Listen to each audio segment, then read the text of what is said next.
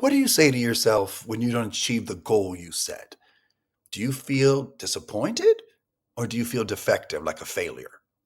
When we mess up, we don't get reflective, we get brutal. The inner critic shows up fast. You always quit. You're not cut out for this. What's wrong with you? But that voice isn't helping you grow. It's keeping you stuck. Because when you're busy beating yourself up, you can't learn anything new. Here's the good news.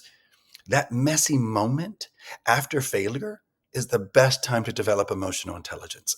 That frustration you feel with yourself, it's an insight awareness moment. I'm attacking myself again.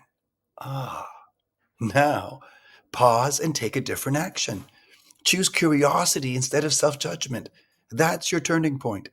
That's where emotional intelligence gets built, not by avoiding failure, but by asking better questions when it happens. Here's the shift.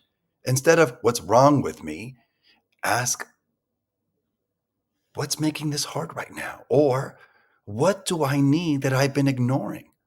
Curiosity opens the door to learning, judgment slams it shut.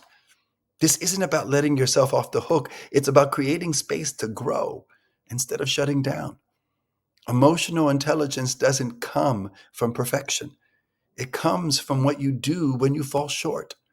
Insight plus action equals developing emotional intelligence.